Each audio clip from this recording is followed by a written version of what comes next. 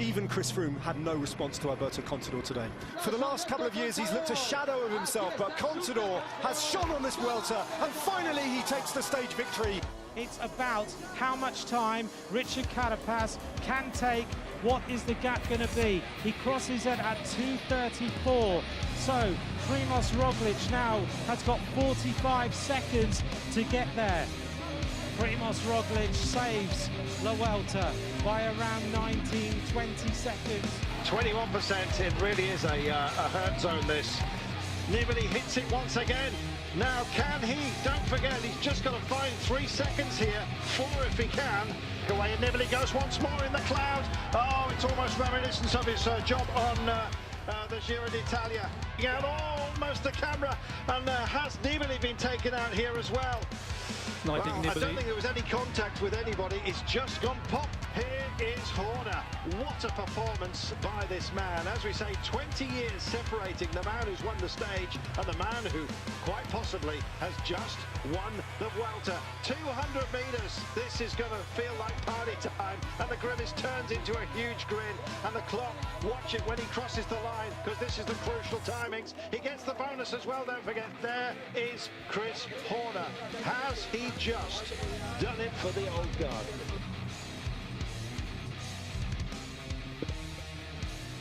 Welcome Between Two Wheels podcast. It's Tyler. It's episode 402. Stage 2 of the Vuelta a España Alba to Limone Piemonte. 159.5 kilometers. This is going to, look, predictions. Victor's in the chat. Welcome, Victor. Thanks for coming along. Let's get right to the, I'm going to do a few things here. Well, there you go. There's the profile that we have on the stage today with a little hockey stick. But even though it looks like it goes up here, we talked about this a little bit yesterday. It's only 5.2%. So at 10 kilometers, and then it kicks up the last little bit. But the only reason I bring this in there, it's not going to make a big GC day, okay? General classification day. And it's your expectations on this kind of stuff. But it's always interesting to see what is it going to be as far as, where are the GC riders at? Where are the teams at? It was enough here you would expect. Matter of fact, I was listening to yesterday to the cycling podcast with Daniel Friebe, and he had a different guy, and the guy's like, Phillips, and he's like, no. It's 10K, the last two.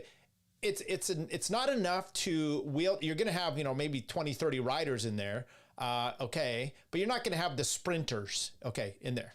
That's the idea. Now, what we also have to do, let's go back here. This is, let's take a look at this one. This is the Giro coming in here, stage 5, the 2002 Giro. You can take a look and see Stefano Garzelli. I don't know what was like the rest of the stage, but you can see there's like 2, 4, 6, 15 riders or so. Vediamo chi rientra, Gilberto Simoni da dietro, Garzelli, Simoni, c'è anche un corridore della Kelme Costa Blanca. Okay, they come up to it's still kicking, the big gears here. There you go, Stefano Garzelli winning it in the pink jersey of the 2002 Giro d'Italia. Okay, once again, here's where we are. We're up here in Italy. Spain is down here. You got France and everything else. It's way over in here. They're starting this, and then they're going to, I don't know, but you're never going to go into the southern part of Spain. We're going to hit all the northern mountains over here. It's all going to be fine. And I love the Tour of Spain for all this that we have. Okay. Now, if you check in the description of this show, there's a link to Rumble, and you can click on that. Because at some point, I'm debating whether to do this, which is we'll do the normal recap that we do, and then maybe we'll just cut everything off. And if it goes over in the Rumble, we can be over there, and we will just watch, because they won't copyright strike us. We will watch like the last 10K or so of this race. We can do that. I don't know if we're going to do that today. Maybe on some of these other mountain stages we will do it. We could always play around with this, see about it, but do that. So that's one way. We can watch everything else here, be out, and then push it over there. Okay, so one other thing you got here, 156, 159, 160 kilometers. This really isn't what you would consider, it's 100 miles, basically, okay? It's not too brutal, okay? You got this little bump over here. You got this bonus, this intermediate sprint at 67 kilometers. I'm saying this because we watched the Garzelli thing there in 2002, and there was like 15 riders left. But I don't know what that stage had as far as the rest of it. Maybe had a bunch of mountains and everything, so it nibbles it and narrows it down. This is pretty calm coming through here, right? Unless there's going to be wind and some other things. Everyone's going to have decent legs coming into this finish. So once again, you're not going to see much from GC, except for if you get dropped, that's not a good sign. If you see some GC guys going for the sprint, and I said Giulio Ciccone, that's who my pick was on the day. Others had said, Jonas, and very well could be. Yeah, Tyler's live, and Victor gave us a thumbs up. Thank you, Victor. Everyone, like the show, get it out there. Okay, so here you go. 93 kilometers to go. This is where the intermediate sprint goes. You had 4 riders off the front. I should know who they are, but you've got Intermarché, Caja Rural, Lotto rider, and then another, lower end tier team going out there. And this rider goes up there. He ends up getting the complimentary sprints, and then the regular guys come into the finish here. Jonathan Milan, do they go for it? We'll see exactly who got those on the first. Liam Slock, this is in the break with for Lotto. Jacob Otruba for Caja Rural. Sinu Fernandez, he did a nice for Burgos BH. He did a pretty good job of gapping up to them. Gal Glivar of Alpecin de Koenig and Ethan Vernon was in the field behind getting the sprint. So look, you see this goes to 5 places. Tour de France, we're showing much, much deeper than that for stages on stages. So Milan, I don't know if Jonathan Milan, Mads Pedersen, I don't know if he's going to be trying to get sprint points. Who else is here? But then the rain starts to come. Rain's coming down. Next thing you know, a few guys are riding. David Goudou, I think he had a pretty nasty wreck. And then they coming in at 26 kilometers to go. The teams are doing what you got to see a rider down over here on the far left-hand side. He goes down. And on the same instance, on the right-hand side, riders start going down. We're going to show a closer up. The whole Visma Lisa bike team looks like they all just plow down into the road. Hang on here. Zingle ends up looking like he dislocates his shoulder. Jonas goes down. Matteo goes down. Sepp Kuss goes down. Looks pretty bad for Zingle. He stays on the ground. He gets his shoulder put back into place. You can see there's riders coming in here over on the right-hand side. We'll have a close. Jonas just locks up because these other riders up at the front, look, 1, 2, 3, 4, 5th place. Let's go back here one more time. Riders coming in. They just go down. It's just slick right there. They just go down. I don't know if Jonas hits his brakes and then he goes down and then the whole team goes down. The best part about this wreck is it's really wet. And when it's really wet like that, yes, you can hit down hard, but then you just slide. So you don't hit the ground and then the grip of the road just takes you down. The sliding, I've done this. You just slide across the road and you get skinned up a bit. It's really not horrible. It's maybe the best situation. Plus, where it happened, there's slide off into the grass. Oh, one guy does hit a post there.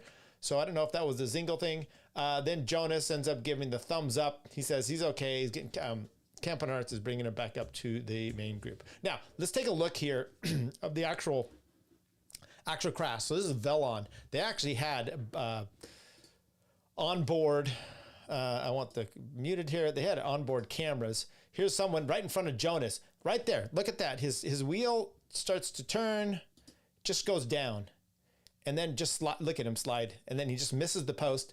And here's right behind. Here's right behind. He goes down. This rider goes over him. Legs up in the air. Jonas is sliding. Red Bull rider. I think that's Pidcock. He's like his bike. He said at the end, finish, his bike was hurt worse than he was. EF riders waving people. I don't know what's going on. Maybe this is showing another part of the wreck. Just going through this middle of these roundabouts. That looks dangerous for all kinds of reasons. And then there you go. Jonas back into the mix. Let's take a look one more time at this breakdown. So here's Jonas. Matteo is right to his side. Jonas's front wheel just, look at that, spins. I think it's hard to tell. He might have hit the brakes just enough. Sepp is right behind him. And the movie star rider takes Sepp out, and then Sepp takes Matteo out, and then the slide happens. There you go. So there you go. There's the riders. There you go. Not really what you want to have, but as far as, like I said, as far as you can go, that's about as good as it is. 7.9, the brake was still going up the front. One of the riders says, I'm going to try to see what I could do to get going up there. And the Cadriel and the other rider from Elpelson just dissipate. Now, the big teams start lining up, and you can tell even with this wreck, Jonas's team, Visma Lisa Bike, looked like they were still ready to play some cards here. UAE is going to, as GC teams, you have to put at least your riders in position. You can tell that, maybe there's a red jersey up for grabs here. So you've got Ineos fighting up there with Trek for Giulio Ciccone. Ineos, who are they fighting for? Perhaps Bernal. You've got obviously Visma Lisa Bike all in full force. Jaco Lula's up there. Butrago, his team's up there with Bahrain, and then UAE. I mean, this is full all the way across the road. As they hit the slopes, there's all different kinds of things happening, but for the most part, it's Trek controlling the race, but Jonas is always kind of up in the mix. The real fun part happens at 1.8 or so to go. Julian Bernard's doing the pull-in for Giulio Ciccone. That's where it starts to get steeper. Marc Soler at 600 meters to go sends to attack. Now, you can see all these riders here, right? There's a 30 plus riders in this group here. Maybe we'll go back a little bit further. You can just see there's a decent 50, maybe even more riders with 1.8 to go. It would be nonsensical for any of these riders, the way that this pace is going, to have attacked and to try to get up the road, to solo out.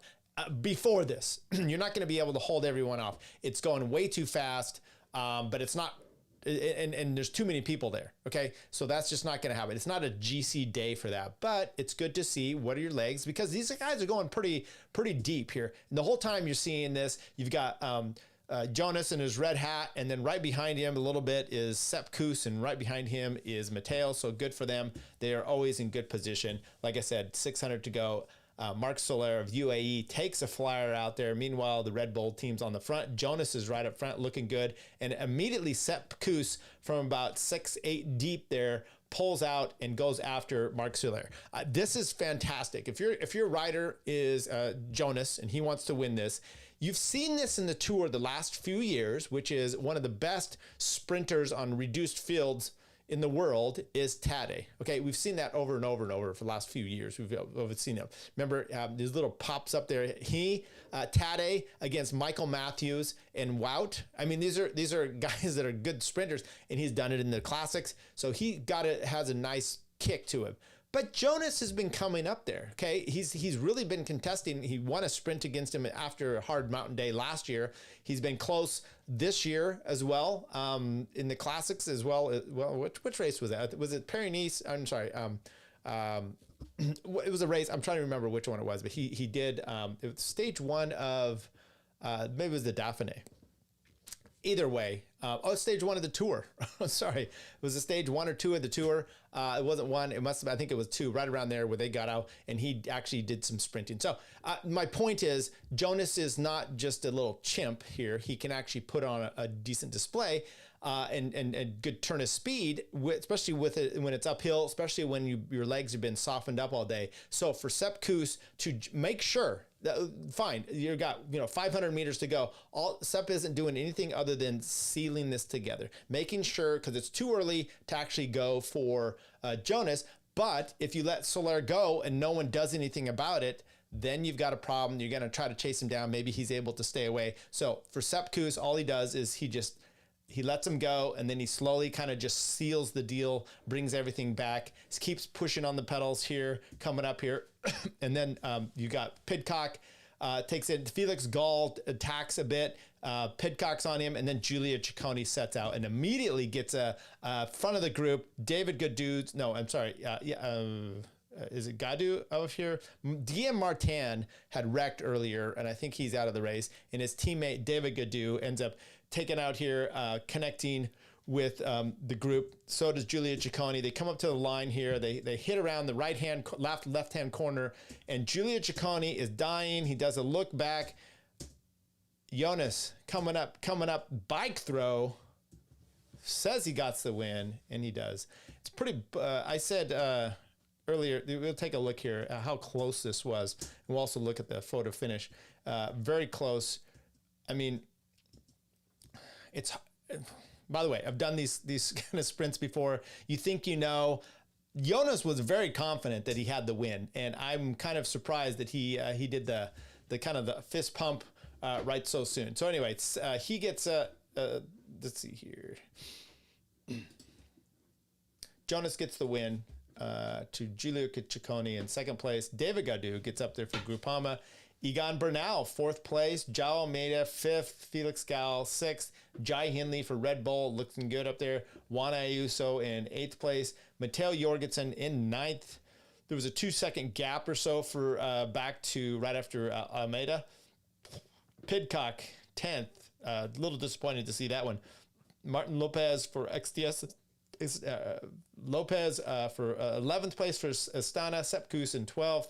Ben O'Connor 13th. Perapente next. But then we had Riccatello in 17th. Kevin Vermark in 29th. And I don't know if Magnus Sheffield had some problems. Sean Quinn in 70th place. And I think Sheffield came down there at 3:34. So I don't know if he had trouble or what, but it was a little surprising to see him. I think he had some either mechanical or something earlier in the day. So not the best day for Sheffield. There you go. So sprint, Liam Schlott got that. Vingegaard got the KOM, 5 points. Is he in the KOM jersey? Probably. Jonas Vingegaard also got points at the finish. He got 30. He's looking good there. Most combative rider was Liam Slock of the Lotto team. Youth is Juan Ayuso. And the team classification is Visma Lisa Bike. Let's see about some penalties. João Almeida. A lot of this ID number, body or frame missing. Okay, so I don't know. It looks like a bunch of these riders. I think this is probably from getting a different bike. And your numbers just not, or your jersey. You have a jacket on over your jersey, so it's hard to see where the number is. Maybe you change jerseys or whatnot. Who knows? But there you go. What I want to take a look here is. All right. I think I had. Here's the photo finish. Let's take a look here at the finish. There you go. So that's pretty tight. That's pretty close. Good bike throw by Jonas. Just, perfect timing. Got him at the line. Very well done for Jonas. As far as the team goes today, I thought, Visma Lisa Bike did fine. You have the crash. It'll be interesting to see how Jonas comes back from that. He seemed to be pretty good today and not to be affected at all. Once again, that slide helps, but you never know. You never know about these when you go down and you get a little bruised, little skinned up, how your sleep is. These are all little things, but I think he's been, today was pretty good indication that there was no trouble. There's tomorrow. This last climb, it looks like a climb, but 5.8 kilometers at 6.6%, which is more percentage than what we had today. That's the first Cat 2, but then you got the Cat 4 here. That's nothing. It's 2.5 at 3.2%. I could see, especially the way we saw Milan San Remo with Philipsen, I could see him going. This could be a perfect day for Mads Pedersen if the team gets its shit together. Look for Evan, what's his name for Ineos? Got the sprint there. No, he's with Israel Premier Tech. Ethan Vernon.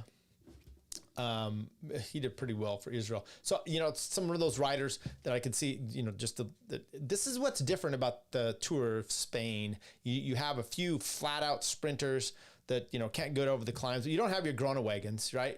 So Philipsen is maybe the heaviest pure sprinter here, but Milan San Remo. He gets up and over.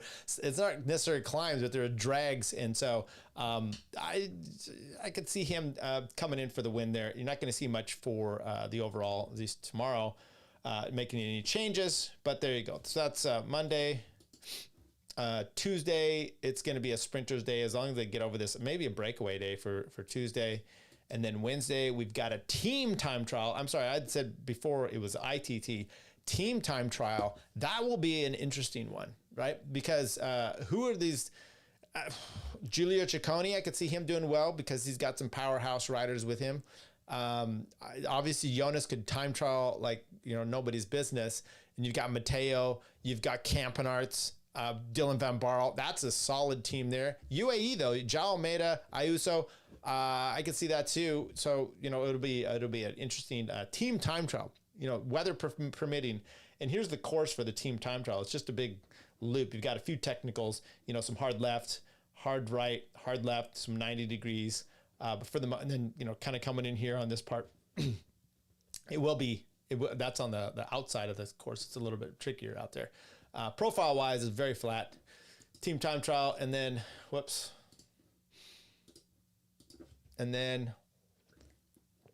boom, we come into Andorra. A lot of pro riders live out in Andorra, so it'll be interesting. Sepp Kuss lives out there. He's won in Andorra for the Tour de France. The final climb up to Pal, right there, is 10 kilometers at 6.5. Not super steep, but this other one here, this Cat 2, that's got a little more black. This is just a leg breaker as far as time wise goes. It's 25 kilometers, just continue going, but it's really not horrible. This Cat 3, a little bit different, but there's the finish, the last 9 kilometers going up to the finish there. So that will be fun. Just finishing out the week then. That's Thursday, Friday, Maggia. That's another one in Andorra, and I may have my days off, but there you go. There you go. Fantastic. All right. Well, there we go. That's Tyler for the day. Between Two Wheels podcast. Victor's in here. Everyone else, catch you on the later times. Make sure you like and subscribe. Don't forget the sub part is important with notifications so you know when this show's coming. Tomorrow, I suspect we'll do an evening show. I've got court in the morning, a few work things, and then we'll put out a show probably the same time roughly. And try to do that Tuesday. Wednesday is going to be probably difficult to do unless we do that in the morning, but I got court and then I'm doing flying out. So probably won't be that, but either way, we'll look forward to the next few days. Jonas, doing well. I'm looking for the Americans. There's got to be an American win in this tour. There's got to be. We've had a bit of a drought. Come on. I'm looking for Riccatello at some point. Sepp Kuss and Matteo might be doing too much work, so maybe it'll be his chance to do it. We will see you next time.